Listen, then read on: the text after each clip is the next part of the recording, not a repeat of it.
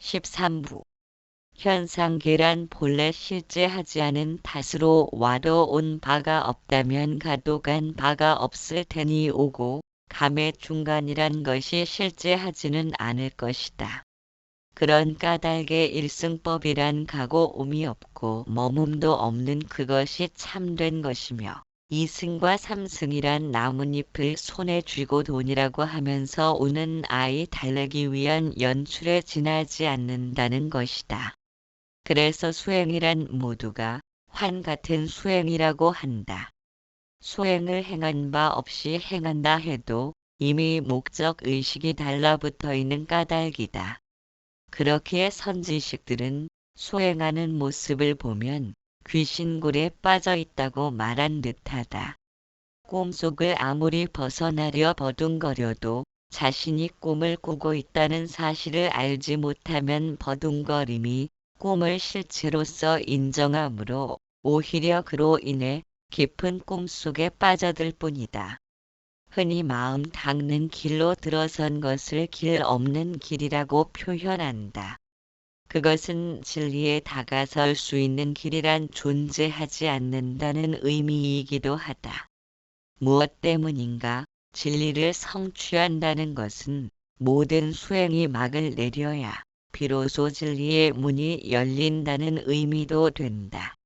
이렇게도 해보고 저렇게도 해보았지만 결국 어떤 수행을 통해서도 진리의 길로 인도될 수는 없음을 깨닫는 것이 막다른 길에 다다른 것이다. 그처럼 막다른 길을 통해서만 진리는 드러나기에 길 없는 길이라 표현한 듯하다.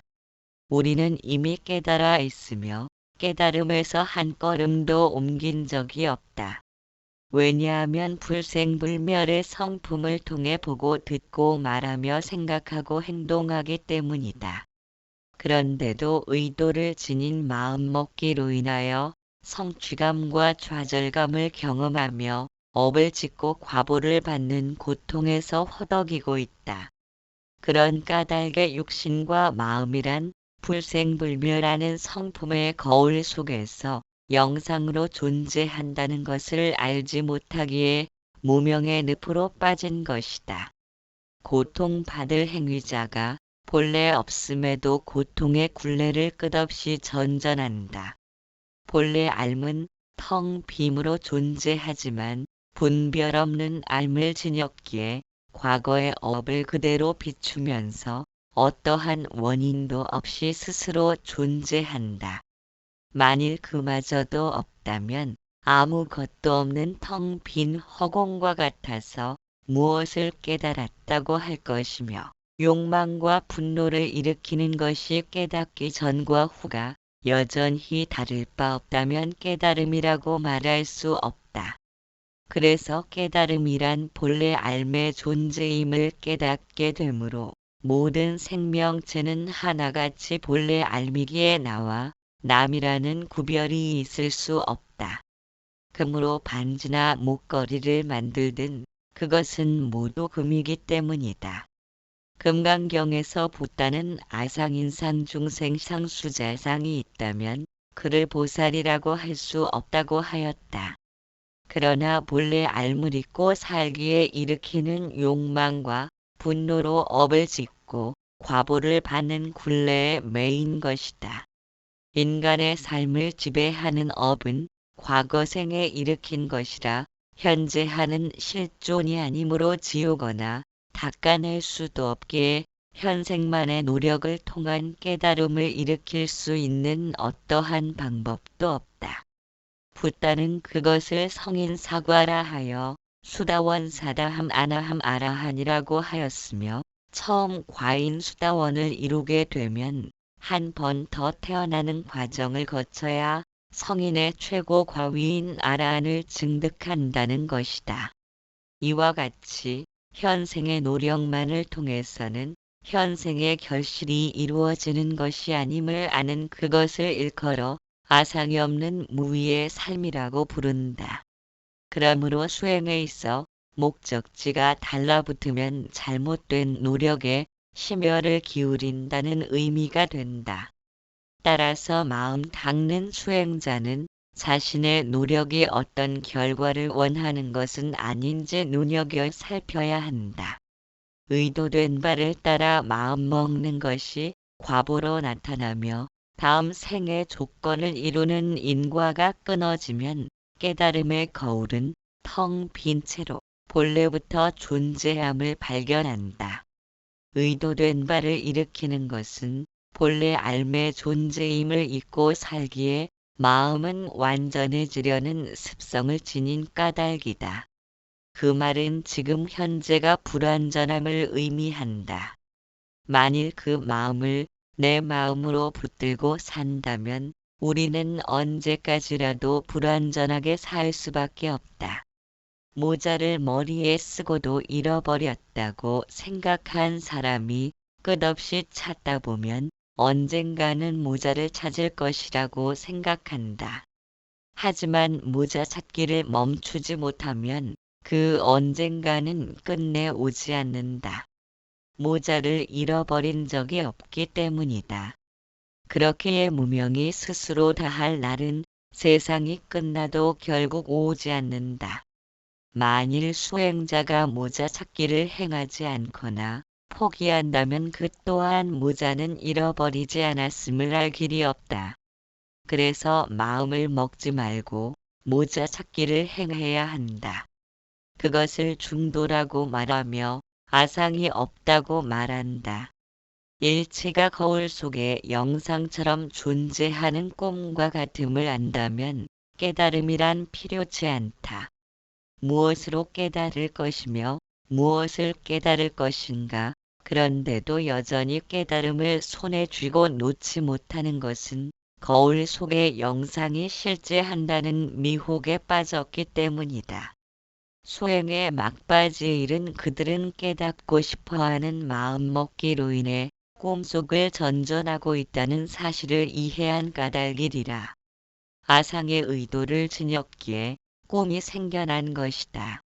풍경화를 바라보듯 1인칭의 내가 없는 꿈이라면 꿈이 멈춘 것이다. 1인칭의 내가 없는 세상이라면 세상도 역시 멈추어진 상태로 존재함을 발견한다. 얻고 구함이 있다는 것은 꿈속의 환상에 젖어 있는 것이다.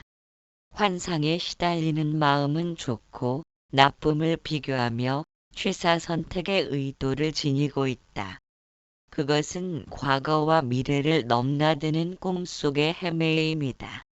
만일 수행자가 깨달음이란 어떤 수행의 결과로서 나타나는 것이 아님을 발견했다는 것은 텅 빔을 본성으로 하는 존재의 본질을 발견한 것이다. 온 마음을 기울여 땅을 헤집으며 모자 찾기에 전념하던 사람이 어디에도 모자가 없음을 본다면 그는 허리를 펴고 비로소 머리에 씌워진 모자를 볼 것이다. 그는 더 이상 모자 찾기에 골몰하지 않으며 모자에 대한 어떤 집착도 달라붙지 않는다. 그렇기에 얻고 구하려는 생멸심을 근본으로 삼아 수행하면서 불생불멸의 성품을 이루고자 한다면 모래를 삶아 밥을 구하는 것과 같을 것이다. 그렇기에 늘 한결같은 본래 삶의 성품이 스스로 존재함을 늘 염두에 두어야 한다. 그래서 부다는 수행자는 두 가지를 염두해야 한다고 말씀하였다.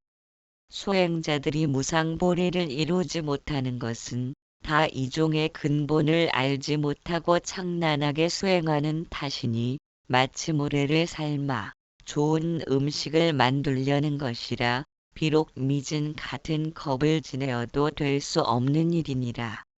무엇이 이종이냐?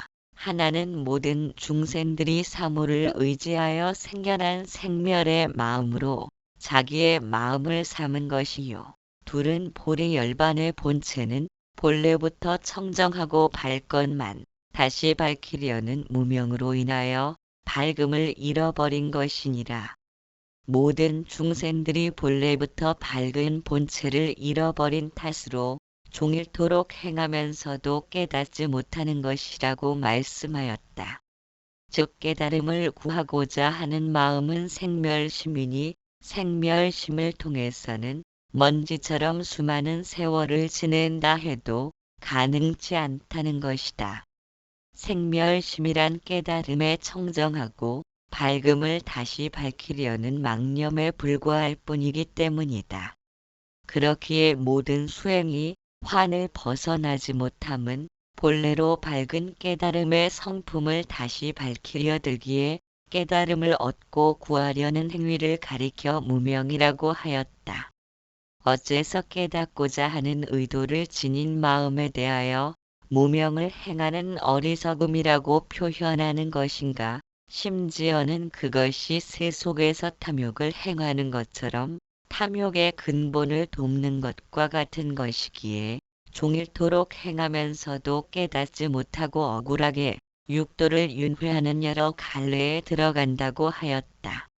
즉 재물과 명예를 구함과 같이 대상만 바뀌었을 뿐이라는 의미이다. 그렇다면 모든 인류가 지니고 있는 마음의 다스림과 마음을 정복하려는 꿈이란 물거품처럼 부질없는 희망에 불과하다는 말과 같다. 그런데도 우리는 마음을 통하지 않고는 무엇을 어떻게 해야 하는지조차 감 잡지 못한다. 마음을 생멸심이라고 하지만 생멸심 외에는 다른 어떤 마음의 존재 여부를 알아차리지 못한다. 그렇기에 우리는 경전과 붓다로부터 법맥이 끊어짐 없이 이어지는 선사들의 말씀을 스승으로 삼아야 한다.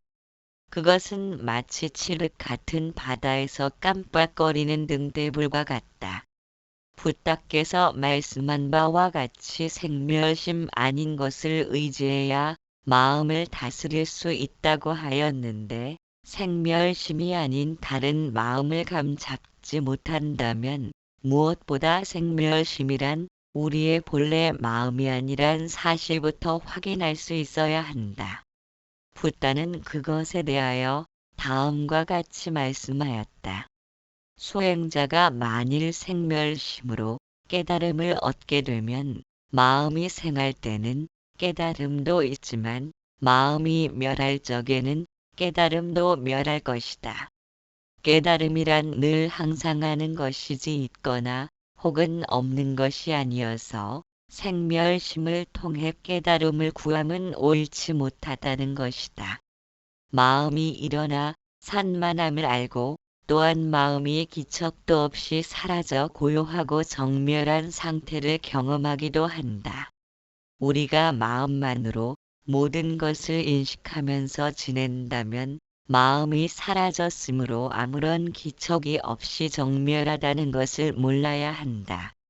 그러나 마음이 완전히 사라졌을 때라도 온 세상이 고요한 침묵으로 빠져든다는 것을 알고 있다.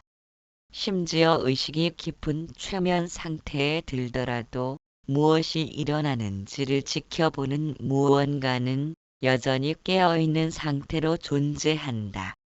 그러나 모든 감각이 최면술사에게 몰입되었기에 다만 내 의지를 일으키는 것이 귀찮을 뿐이다. 견성이라는 말은 성품을 본다는 말이며 견성 체험을 하게 되면 이마 쪽에서 늘 묵직한 느낌이 상주함을 발견한다. 그것을 통해 본래 알매 존재임을 감잡을 수 있고 생멸심에 휘둘리지 않을 수 있다. 그러나 견성 체험을 했다고 해서 그것이 깨달음으로 연결되지는 않는다. 욕망과 분노를 통한 마음씀은 예전과 다를 바 없기 때문이다. 우리가 집중력의 명상을 통해 흐린 물을 가라앉히듯 맑은 물이 나타남과 같이 흐린 물과 맑은 물이 따로 있는 것이 아니다. 우리는 언제 어느 때라도 항상 깨어있는 본래 암과 함께 뒹굴고 있으며 그것을 통해 보고 듣고 맛보고 생각을 일으키고 있음에도 그것을 알아차리지 못함은 생멸심에 너무 깊이 젖어든 탓이다. 무아와 무상을 통해 산만한 마음을 가라앉히면 모든 형상이 소멸된 상태에서 스크린이 모습을 보이듯 견성 체험이 가능해진다. 그렇게 깨달음을 이루기 위한 과정에는 견성 체험이 들어서야 한다는 것이다. 그것을 붓다는 벼럽망견과 동분망견이 존재함을 설명하고 있다. 벼럽망견이란 다른 사람은 건강한데 자신만이 몸이 쇠약한 경우에는 그것이 자기만이 가진 벼럽이며 본래 암과 잠시도 떨어져 지낸 적이 없음을 견성 체험을 통해 알아차린다 해도 깨달음으로 연결되지 못한다. 즉 벼럽망견에서는 벗어났지만 동분망견까지 벗어나야 본래 알무로서의 궁극적인 존재의 완성을 이루는 것이다. 동분망견이란 가령 어떤 섬에 두 나라가 있는데 한 나라 사람들은 여러 가지 나쁜 재변과 궤변을 함께 만나게 되므로 지진이나 장마, 태풍 등의 갖가지 나쁜 것을 겪는 것이다. 그러나 또 한 나라에서는 여러 가지 나쁜 재변과 궤변을 보지도 못하고 듣지도 못한다. 오히려 땅은 기름지고 비옥하여 초목은 잘 자라고 태양은 골고루 비추어 너무 춥지도 않고 덥지도 않아 쾌적하게 지낼 수 있다.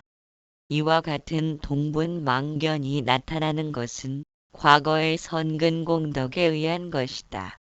그러므로 무아를 깨쳐 견성 체험을 했더라도 벼럽망견은 부서졌을지언정 동분망견을 넘어서야 하므로 성인 사과에서 다시 한번 태어나야 하는 수다원과를 통해야 비로소 아나함 사다함의 과위를 거쳐 아라한과가 이루어진다고 말씀하였다.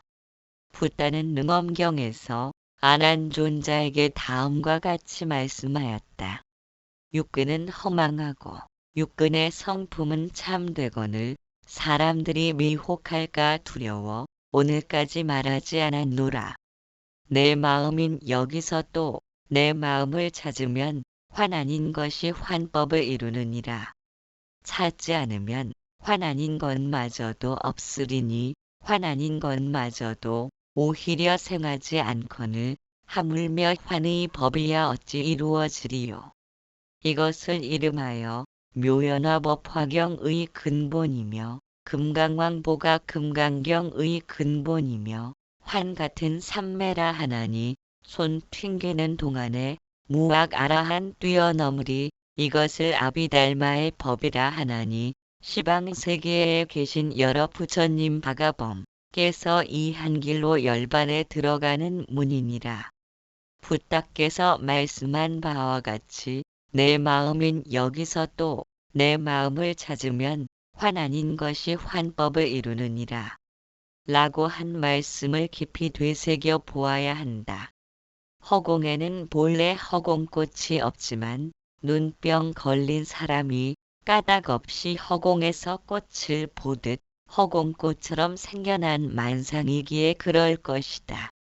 그처럼 무아와 무상으로 건립된 현상계의 것만 실제 아는 바가 있는 줄 알고 찾고 구하려는 마음을 일으킨 탓으로 환법의 세상을 끝없이 오르내리고 있다는 것이다.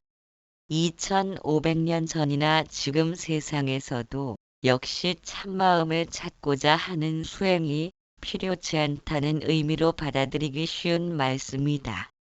들고 있으면 내려놓지 않은 것이고 내려놓지 않으면 들고 있는 것이라 환 같은 세상을 벗어나기 위해 무언가라도 들고 있다면 그것은 결국 내려놓지 못한 것이다. 그로 인해 환 같은 세상이 환법으로 작용하게 된다. 우리에게 참으로 어려운 일은 자신이 목숨을 걸고 수행한 그것을 내려놓기란 정말 보통 일이 아니다. 차라리 형상을 지닌 것들은 내려놓기가 쉬우련만 수행을 내려놓는 것은 목숨을 포기하는 것과도 같을 것이다. 마음 닦는 길로 들어섰다는 것은 세상 것에 대해 그다지 애착을 보이지 않은 까닭에 들어설 수 있었기에 다시 세상에 미련 두며 살기도 마땅치 않다. 그래서 수행을 끊는다는 것은 이도 저도 할 수 없는 탓으로 난감한 처지에 빠지게 된다. 그러나 어찌 생각하면 처음도 없고 나중도 없고 중간도 없는 것이 세상의 본질이라면 형상을 드러낸 것들은 마치 환법처럼 모습을 보인 것이다. 그것은 꿈과 같다. 꿈이란 실제 하는 바가 아니므로 있는 것도 아니고 그렇다고 없는 것도 아니다. 분명히 꿈을 꾼 경험이 존재하는 까닭이다. 지혜로운 사람이라면 꿈이 있다거나 혹은 없다거나를 논하지 않을 것이다. 꿈이란 손으로 눈을 눌러 곁에 딸이 생겨난 것과 같아서 있음도 아니고 없음도 아님을 알기 때문이다. 그렇기에 지혜로운 사람은 세상이 실제거니 환법이거니를 문제 삼지 않으며 그러한 논쟁을 피할 것이다. 그러면 마음은 아무런 문제를 일으키지 못한다. 소행도 마찬가지이다. 무언가를 찾겠다고 죽기 살기로 길을 쓰고 덤비는 것은 세상이 환법처럼 생겨났음을 이해하지 못한 것이고 꿈과 같은 세상이니 찾을 필요가 없다면서 소행을 포기하고 팽개치는 사람은 절벽에서 뛰어내려도 다치지 않고 멀쩡해야 한다. 그러나 그렇지 않다. 내 마음을 찾을 필요가 없다는 것은 이미 우리가 본래부터 완전한 존재이기 때문이다. 만일 지금의 내 마음을 버리고 참마음을 찾기 위해 백방으로 둘러본다 해도 참마음이 있을 리 만무하다. 무엇 때문인가? 무언가를 찾는 그 마음이 참마음인 까닭이다. 허공과 구름이 다른 줄 알고 참다운 허공을 보기 위해 구름을 치운다고 해도 구름은 끝없이 생겨날 것이다. 구름은 허공과 다른 무엇이 아니라 허공의 나타남임을 안다면 구름을 통해 허공을 보고 영상을 통해 스크린을 발견하게 된다. 이것이 색즉시 공즉시 색이며 두두물물이 그대로 진리이다. 찾으면 벌써 지나친 것이고 찾지 않으면 닿지 못한다. 아마도 이와 같은 이유로 하여 붓다는 제자들에게 이르길 검은고에 줄을 너무 조이거나 느슨하면 올바른 소리를 낼 수 없듯이 소행에 지나치게 집착하여 고행을 불사하거나 방만하여 게으르게 지내는 것은 모두가 삿된 길로 들어선 것이라 하였다. 그러므로 찾고 구하는 바가 있거나 혹은 자기 마음을 벗어나 신적인 존재를 믿는 것은 모두 정법을 잃어버린 외도라고 규정한 것이다. 우리는 무언가를 찾고 구함이 아니라 본래 알매 존재를 회복해야 한다. 그러기 위해서는 마음에서 무언가 믿고 의지하려는 바가 있다면 그것이 마음에게 먹이를 주는 것이다. 마음은 수행이라는 명목을 통해 뿌리를 내리려 하고 있다. 마음이 뿌리를 내릴수록 우리는 본래 암과 멀어질 뿐이다. 그러므로 따로 수행할 필요 없이 행주주화와에서 늘 깨어있으라. 육조 해능대사는 어두운 집안에서 항상 지혜의 밝은 태양을 떠오르게 하라고 하였다. 우리가 깨어나서 잠들 때까지 본래 알매 존재임을 놓치지 않고 늘 각성할 수 있다면 마치 금광석을 재련하여 잡철이 모두 사라지면 순수한 금만 남게 된다. 이와 같이 헛된 마음은 어디에도 머물 바를 찾지 못하고 마음이 곧 본래 알미고 본래 알미 곧 마음이다. 본래 알을 찾으려 하고 부처를 보려는 그것이 장애임을 알아야 한다. 행주주화와에서 늘 깨어있는 그것이 길 없는 길이며 막다른 길에 이른 것이며 모자를 찾던 사람이 어디에도 모자가 있지 않음을 알고 허리를 펴는 것이고 모든 수행이 부질없이 헛된 환 같은 방편임을 깨닫는 일승법의 대인 것이리라.